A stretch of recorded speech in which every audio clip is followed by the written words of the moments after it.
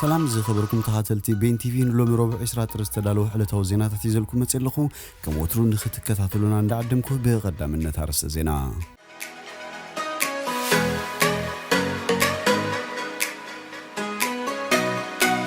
ኣብ ትግራይ ዘሎ ኩነታት ናብ ሰብኣዊ ቅልውላው ከምርሕ ከም ዝኽእል ተኣሚቱ ሶማልያ ወታደራት ኣብ ኩናት ትግራይ ከም ዘይሳተፈት ገሊጻ ኢትዮጵያ ብወታደራዊ ሓይሊ ኣብ ዓለም መበል 60 ኣብ ኣፍሪቃ ካብ ቀዳሞት 10 ኮይና ዶናልድ ትራምፕ ናይ ምፋነው መደረ ከም ዘካየደን ካልእን ዝድህስ ዜናታት ሒዘልኩም መጽለኹ ሰናይ ናይ ምክታል ግዜ እንዳተመነኹ ኣብዛ ቻናል ድማ ናይ ወትሩ ተኸታተልቲ ንኽትኮኑ ሳብስክራይብ ክትገብሩ ብኽብሪ ዕድመኩም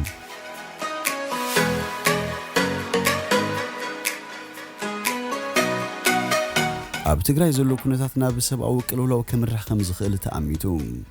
ኣብ ኩናት ዝተኻየደሉ ክልል ትግራይን ምስ ክልል ትግራይ ዘዋስኑ ቦታታትን ድሕነት ነበርቲ ተኸባቢ ከምኡን ካብቲ ከባቢ ዝተፈናቀሉ ሰባት ዝርከብሉ ሁነታት ኣሻቓሊ ምዃኑ ሰብኣዊ ቅልውላው ክኸትል ከም ዝኽእል ኮሚሽን ሰብኣዊ መሰላት ኢትዮጵያ ገሊጹ እቲ ኮሚሽን ናብ ክልል ትግራይ ናብ ገለ ክልል ምስ ትግራይ ዝዋሰና ቦታታት ናይ ክልል ኣምሓራን ምኻድነቶም ግዳያት መንግስታውያንን ዘይመንግስታውያን ኣካላት ከምኡን ካልኦት ዝምክረቶም ኣካላት ብምዝራብ ኣኪበ ዝብሉ ሓበሬታ ምርኩስ ብምግባር እዩ ጸብጻብ ኣቕሪቡ ኮሚሽን ሰብኣዊ መሰላት ኢትዮጵያ ኣብ ዳንሻ ሁመራ ቢሶርቦን ኤላንጋን ኣብ ዝተኻየደ ውግእ ሰላማውያን ሰባት ከም ዝሞቱን ከም ዝተወጉን ከምኡን ኣብ ልዕሊ መንበሪ ኣባይቲ ስርቂ ከም ዝተፈጸመ ኣብ ጸብጻብ ወስፊሩ ኣብ ቢሶርቦና ኡላጋን 31 ሰላማውያን ሰባት ክሞቱን ከሎ 104 መንበሪ ኣባይቲ ገለ ሙሉእ ብኸፊል ከም ዝተቃጸለ ካብዚ ብተወሳኺ ኣብቲ ከባቢ ዝነበረ ቤት ትምህርትን ማእከል ጥዕናን ዓንዩ ይብል ካብቲ ከባቢ ኣብ ትሕቲ ቅርጽ ወሃብቲ ኣገልግሎት ዕንወት ከም ዝወረደን ኤሌክትሪክ ማይን ክሳብ ሕጂ ዳግማይ ከም ዘይረኸበን እዚ ኸኣ ኣብ ልዕሊ ነበርቲ ከባቢ ተወሳኺ ቅልውላው ከይስዕብ ዘስግእ እዩ ክብል ጸብጻብ ኮሚሽን ሰብኣዊ መሰላት ኢትዮጵያ ይገልጽ ኣብ ሁመራን ዳንሻን በተመሳሳሊ በሰላማውያን ሰባት ዝውነኑ መንበሪ ኣባይትን ትካላትን ወሃብቲ ኣገልግሎትን ዕንወትን ስርቅን ከም ዘጋጠሞም እቲ ኮሚሽን ገሊጹ ሰላማውያን ሰባት ብምኽንያት ብሄሮም ወይ እውን ብከባቢኦም ውሕስነት ጸጥታ ስለዘየለ ንድሕነቶም ከም ዝሰጉን እቲ ኮሚሽን ዝገለጸ ኣብቲ ጸብጻብ ሰፊሩ ኣብ ከተማ ሁመራ ፋኖስ ተባህለ ውዳብ መናእሰይ ገለ ኣባላት ፍሉይ ሓይሊ ኣምሓራ ሚሊሻን ኣባላት ምክልኻል ሃገርን ከምኡን ወታደራት ኤርትራ መንበሪ ገዛውትን ኣብያተ ንግድን ስርቂ ከም ዘካየዱ ነበርቲ ነቲ ኮሚሽን ከም ዝገለጸሉ ሓቢሩ ከምኡን ኣብቲ ከባቢ ኣብ ልዕሊ ተወለድቲ ትግራይ መጥቃዕትን ምስርጣይን ከም ዝበጽሖም ሓበሬታ ከም ዝረኸበ ይገልጽ ብሓፈሻ ኣብዘን 4 ከተማታት ዘሎ ስጋት ናይ ጸጥታ ኣቶም ኣኽበርቲ ፍትሒ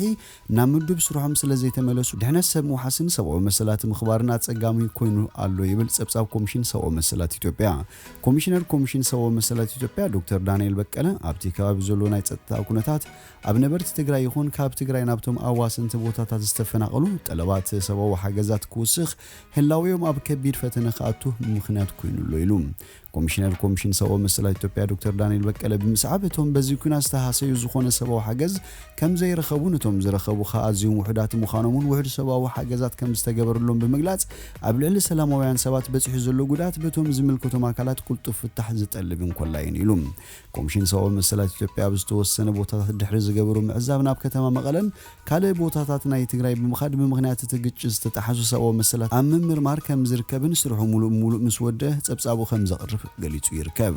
ኣብ ትግራይ ዝተኸሰተ ወታደራዊ ግጭት ተኸቲሉ ብዙሓት ሰባት ንሞት ኣካላዊ ጉድኣትን ንምፍንቓልን ከም ዝተቓልዑን እኳ ዝግለጽ እንተኾነ እቲ ንጹር ቁጽሪ ግን ክሳብ ሕጂ ክፍለጥ ኣይተኻኣለን እቲ ኩናት ካብ ዝተጀመረ ዛጊት ልዕሊ 56,000 ሰባት ናብ ሱዳን ከም ዝተሰደዱ ይግለጽ ኣብቲ ክልል ዝተመዘናበሉ ኸኣ ልዕሊ 1 ሚልዮን ከም ዝኾኑ ዓለም ለኻዊ ትካላት ሰብኣዊ ረድኤት ይገልጽ ኣብ ክልል ትግራይ ክንደቲ ዝኣክል ሰብኣዊ ሓገዝ ክቐርብ እንተዘይክኢሉ ጥሜት ዝኸፈ ሓደጋ ክኽትል ከም ዝኽእል ብምግላጽ ትካላት ወሃብቲ ረድኤት ሰብኣዊ ሓገዛት ከቕርባ ጻዊት ይቐርበልና ኣሎ ኮሚሽን ሰብኣዊ መሰላት ኢትዮጵያውን ኣብ ጸብጻቡ ኣብ ዘስፈሮም ከባቢታት ኩነታት እቶም ነበርቲ ናብ ሰብኣዊ ቅልውላው ከምርሕ ከም ዝኽእል ዝምልከቶም ኣካላት ቁልጡፍ መልሲ ክህቡ ጸዊዑ ይርከብ ሕብራት ሃገራት ኣብ ዘውፅኡ ጸብጻብ ኣብ ትግራይ ልዕሊ 4.5 ሚልዮን ሰባት ሕጹጽ ሓገዝ ከም ዘድልዮም ገሊጹሎ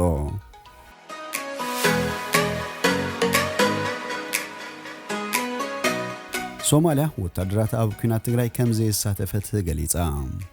ሚኒስትር ሓበሬታ ሶማሊያ ዑስማን አቡበከር ሩቤ ነቲ ወታደራት ተሃገር ኣብ ኩናት ትግራይ ተሳቲፎም ዝብል ሓበሬታ ነፂጉ ብተመሳሳሊ ነቲ በአማይ ዝወፅሩ ወታደራት ኣብ ክልል ትግራይ ከም ዝተቀተሉ ዝተጠቀሰ ሓበሬታታቱን ጌጋ ከም ዝኾነ ቴሌቪዥን ሶማሊያ ተዛሪቡ ምክትል ሓላፊ ትካል ድሕነትን ጸጥታን ሶማሊያ ዝነብር አብዲ ሳላን ዩሱፍ ጉሉድ ወታደራት ተሃገር ኣብ ኩናት ትግራይ ከም ዝተሳተፉ ድሕሪ ምግላጽዩ እቲ ሚኒስትር መልሲ ሂቡ እቲ ምክትል ሓላፊ ድሕነት ነበር ንሓደ ናይ ብሕቲ ራድዮ ተሃገር ኣብ ዝሃቦ ሓበሬታ ወታደራት ሶማሊያ ኣብ ትግራይ ወርሒ ሕዳር ዝተወልዐ ኩናት ከም ዝተሳተፉን ኣስታት 400 ይኸውን ከም ዝተቀተሉን ተዛሪቡ ነይሩ ዘቕረቡ ጭብጥታት ግን ኣይነበረን ዕድመቶም ኣብ ጎኒ ሰራዊት ኢትዮጵያ እናተዋጉ ዝተቀተሉ ዝበሉ ወታደራት ካብ 20 ክሳብ 30 ምዃኑን ጠቂሱ እቲ ጸብጻብ ኣብ ዝተፈላለዩ ከባቢታት ሶማሊያ ቁጣ ከም ዝፈጠረን ብፍላይ ስድራቤት ናይቶም ንስልጠና ናብ ወጻኢ ሃገር ተሰዱ ወታደራት ሶማሊያ ካብ ሻውሎት ከም ዝኣተውን መንግስቲ ብዛዕባ ሃልዋት ደቁ መብርሂ ክህብ ይጠልቡን ኣለዉ እቲ ሚኒስትር ዜና በቋንቋ ሶማል ኣብ ዝገብሮ ቃለ መሕተት ሰባት ካብ ወታደራትና ፖለቲካዊ ትርፊ ንምርካብ ምፍታኖም ዝሕዝን እዩ ኣብ ኤርትራ ይዕልሙ ዝነበሩ ወታደራት ሶማሊያ ኣብ ኩናት ትግራይ ተሳቲፎም ዝብል ንግድን ፖለቲካን ተባሂሉ ዝተኣለመ ስኑዕ ሓበሬታ ከም ዝኾነ ንረጋገጽ ክብል ተዛሪቡ ብተወሳኺ መንግስቲ ኢትዮጵያ ኣብ ትግራይ ዝዋጉ ወታደራት ሶማሊያ ክንህቦ ኣይሓተተናን ዝበለ አቡበከር ዱቤ ቅድሚ ሕጂ እውን ወታደራት ሶማሊያ ኣብ ኩናት ሊብያ አዘርባይጃን ተሳቲፎም ዝብል ስኑዕ ሓበሬታ ወጽኡ ከም ዝነበረ ገሊጹ ቦጌ መግለጺና ከም ዝሓበርናዮ ኣብ ሰሜን ኢትዮጵያ ኣብ ኩናት ዝተሳተፉ ናትና ወታደራት የለውን ዝኾነ ምኽንያት ዝወሃቦውን ኣይኮነን ነዚ ክንገብር ዝሓተተና ወገኑን የለን ኣብ ዝኾነ ወጻኢ ሃገር ስልጠና ዝወሰደን ናብ ካለ ሃገር ዝተላኣኸን ሰራዊት ሶማሊያ የለን እዚ ኩሉ ሓይልታት ሶማሊያ ኣብ ሶማሊያ ጸጥታ ኣምሓስ ጽልኦም እንሓየለ ምስመጽ ንምድኻም አንጻር መንግስቲ ሶማሊያ ዝቀነ ፕሮፓጋንዳ እዩ እቲ ፕሮፓጋንዳ ናብ ኣዴታት ሶማሊያ እውን ዘተኮረ ኢሉ ቦገን ኢትዮጵያ ግን ብዛዕባ እቲ ጉዳይ ዝተዋህበ ግብረ መልሲ የለን እቲ ብ4 ሕዳር ሕጊ ንምኽባር ብዝብል ኣብ ክልል ትግራይ ዝተወልዐ ኩናት ዞባዊ መልክዑ ሒዙ ይርከብ ለሊ 56,000 ካብቲ ኩናት ሃዲሞም ኣብ ሱዳን ተዓቂቦም ኣለዉ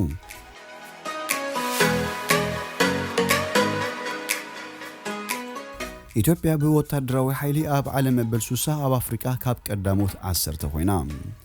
ዝተፈላለዩ ሓበሬታታት ብምእካብ ዓመታዊ ጸብጻብ ዘቕርብ ግሎባል ፋየር ፓወር ዝተባሃለ ትካል ኣብ ዝወጽኦ ዝርዝር 35 ሃገራት ኣፍሪካ ኣብዚ መስርሕ ኣቴና ኣለዋ ኢትዮጵያ ብደረጃ ዓለሙን ኣብ መበል 60 ክትሰፍርን ከላ ብደረጃ ኣፍሪካ ንግብፂ ኣልጀርያ ደቡብ ኣፍሪካ ናይጀርያን ሞሮኮን ተኸቲላ ኣብ 6 ተርታ ተሰሪዓ ብደቡብ ተሳሒበን ዘለዋ ጎረቤት ሃገር ሱዳን ድማ ኣብ መበል 10 ደረጃ ሰሪዕዋ ኣሎ ግሎባል ፋየር ፓወር ነቲ ደረጃታት ኣብ ምስራዕ ልዕሊ 50 ረቋሒታት ተጠቂሙ ንወታደራዊ ሓይሊ ሃገራት ዝምልከት ደቂቕ ሓበሬታ ብምውፃእ ነዚ ዝርዝር ከም ዘቕረበ ኣብ ጽሑፉ ዘስፈረ ኣብቲ 138 ሃገራት ዓለም ተጠቂሰናሉ ዘለዋ ደረጃ እተን ፍሉጣት ሓያላት ሃገራት በተደጋጋሚ ግዜ ሓይለን ክርያ ወታደራዊ ምርኢታት ብምቕራብ ንዝኽፈተለን መጥቃዕቲ ከከላኸላ ከም ዝኽእላ ወትሪ ዝሕብራ ኣሜሪካ ሩስያ ቻይና ህንዲ ጃፓንን ደቡብ ኮርያን ተኸታቲለን ካብ ቀዳማይ ክሳብ 6 ደረጃ ሒዘን ይርከባ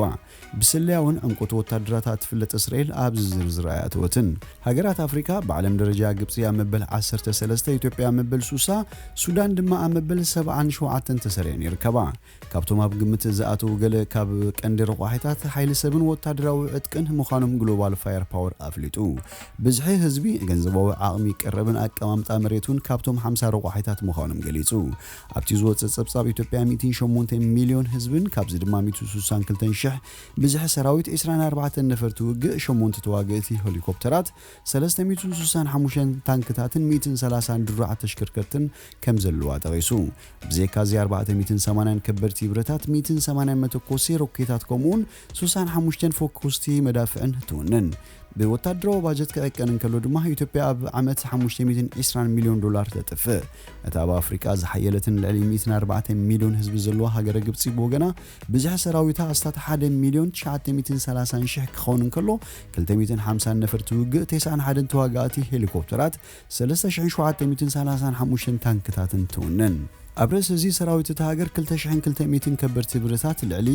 11,000 ድራዓት መካይነን ኣለዎ ኣብ ዓመት ግብፂ 10 ቢልዮን ዶላር ወታደራዊ ባጀት ከም እትስልሕ ጸብጻብ ይጠቅስ እታ ብደረጃ ዓለም ኣብ መበል 77 ትርከብ ሱዳን ብወገና ልዕሊ 45 ሚሊዮን ህዝቢ ዘለዋ ኮይና ብዝሕ ሰራዊታ ድማ 190 ሺህ ይበጽሕ ወታደራዊ ዕጥቂ ሰራዊታ ድማ 45 ነፈርቲ ውግእ 43 ናይ ውግእ ሄሊኮፕተራት 830 ታንክታት 450 ድራዓት ተሽከርከርትን የጠቃልል ዓመታዊ ወታደራዊ ባጀት ድማ 4 ቢልዮን ዶላር ምዃኑ ግሎባል ፋየር ፓወር ኣብ ጸብጻቡ ወስፊሩሎም ካብ ካልኦት ጎረባብቲ ሃገራት ብደረጃ ኣፍሪቃ ኬንያ መበል 12 ደቡብ ሱዳን መበል 22 ሶማልያ መበል 34 ተሰሪዐን ኣለዋ ኤርትራ ግን ካብተን ኣብቲ ዝርዝር ዘይኣተዋ 19 ሃገራት ኣፍሪቃ እያ ሰራዊት ኢትዮጵያ ኣብ ዝተፈላለዩ ተልእኾታት ዓቃቢ ሰላም ሕብረት ኣፍሪቃን ሕብራት ሃገራትን ብምስታፍ ዝለዓለ ኣበርክቶ ዘለዎ ምዃኑ ይፍለጥ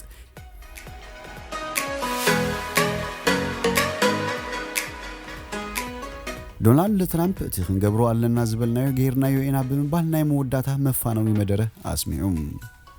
ኣብቲ ኣብ ዩቲዩብ ዝተዘርግሐ ተንቀሳቓሲ ምስሊ ከቢድ ውግእ ሓያል ቅልስ እዩ ነይሩ ከምኡውን ክንገብር ኢኹም ከዓ መሪፅኩም ንኽብል ይስማዕ ፕሬዚደንት ዶናልድ ትራምፕ ውፅኢት እቲ 3 ሕዳር ኣብ ዝተኻየደ ፕሬዚደንታዊ ምርጫ ኣሜሪካ ዋላዳ ብጆ ባይደን ይሰዓር እምበር ገና ይስዕረቱ ኣይተቐበለን ዘሎ ምሩፅ ፕሬዚደንት ጆ ባይደን ሎሚ 20 ጥሪ ቃለ መሓላ ክፍጽም እዩ ጆ ባይደን ኣብ ታድሮ ቃለ መሓላ ዝፍጽመለ መዓልቲ ነቶም ብሰንጊ ኮቪድ-19 ዝሞቱ 400,000 ኣሜሪካውያን ናይ ዝኽሪ ስነ ስርዓት ኣካይድሎም ኣብቲ ኣብ ሳንዳውን ዋሽንግተን ፊት ሊንኮን ሚሞሪያል ዝተኻየደ ናይ ዝኽሪ ስነ ስርዓት 400 መብራህቲ ተወልዐን ናይ መወዳእታ ክልተ ሰሙን ዘበነ ስልጣን ፕሬዚደንት ዶናልድ ትራምፕ ምስቲ ብናዕባውያን ደገፍቲ ዶናልድ ትራምፕ ኣብ ልዕሊ ካፒቶል ዝተፈጸመ መጥቃዕቲ ውራን ተታሒዘነን ክዝከራ ዶናልድ ትራምፕ ነቲ ደገፍቲ ኣብ ልዕሊ ካፒቶል ሂል ዝፈጸመ ውራ ኣጓሂርካ ብዝብል ክሲ ቀሪቡ ስለዘሎ ካብ ስልጣን ምስ ወረደ ብክሲ ኣብ ባይቶ ኣሜሪካ ክቐርብ እዩ በቲ ዝፈጸሞ ገበነኛ ኮይኑ ተተረኺቡኻ ካብ ህዝባውን ቤት ጽሕፈታትን ክእገድ ይኽእል እዩ ኣብ ታሪኽ ኣሜሪካ ዶናልድ ትራምፕ ኣብ ስልጣን ፕሬዚደንትነት እንከሎ ክልተ ግዜ ዝተኸሰሰ ናይ መጀመርታ ፕሬዚደንት ኣሜሪካ ይኸውን እዩ እቲ ቀዳማይ ዝተኸሰሰሉ ጉዳይ ምስ ዩክሬን ዝገበሮ ስምዕ ኮይኑ ብብዝሑ ካብ ኣባላት ሰልፉ ደገፍ ስለ ዘይረኸበ እቲ ክሲ ክመክን ክኢሉ እዩ ኣብ ኣሜሪካ ክሳብ ሎሚ 24 ሚልዮን ሰባት ብኮሮና ቫይረስ ክልከፉ እንከለዉ ልዕሊ 400,000 ከዓ ሞይቶም ኣለዉ እዚ ከዓ ዶናልድ ትራምፕ ዘርኣዮ ሰንኩፋት ተሓዛ ዝሰዓበ ኢሎም ዝነቕፎ ሰባት ኣለዉ ዶናልድ ትራምፕ ኣብቲ መፋንኡ ዘስምዖ መደረ ኣብ ታሪኽ ዓለም እቲ ዝበለጸ ቁጠባ ክንሃንጽ ክኢልና ኢና ኢሉ እንተኾነ ቁጠባ ኣሜሪካ ብርቱዕ ውፃእ ውረድ እዩ ዘሕልፍ ዘሎ ኣስራሕቲ ኣብ ወርሒ ታሕሳስ ብዙሓት ሰራሕተኛታት ኣግዲሎም እዮም በዚ መንፅርካ ኣብቲ ሃገር ሽቕለት ኣልቦነት ኣብ ዝለዓለ ደረጃ በፂሑ ይርከብ ኣጀንዳና የማንዶ ፀጋም ኣይነበረን ሪፐብሊካንዶ ዲሞክራትስ እዩ ነይሩ እንተኾነ እዚ ክንብል እንከለና ግን ንሃገርና ዝሓሸ ኢልና ኢና እወ ብዛዕባ ሃገርና ዶናልድ ትራምፕ ካብ ቤት ጽሕፈቱ ክፋኑ እንከሎ 34 ሚእታዊት ደገፍ ረኺቡ እዚ ከዓ ኣብ ታሪኽ ፕሬዚደንት ኣሜሪካ እቲ ዝተሓተ ነጥቢ ኮይኑ ተመዝጊቡ ይርከብ ዝኸበርኩም ተኸታተልቲ ቤን ቲቪ ንሎሚ ዝበልናዮ መሰናዶና ኣብዚ ወዲና ኣለና ምሳና ስለ ዝጸናሕኩም ብልቢ ነመስግን ሰናይ ንዓኹም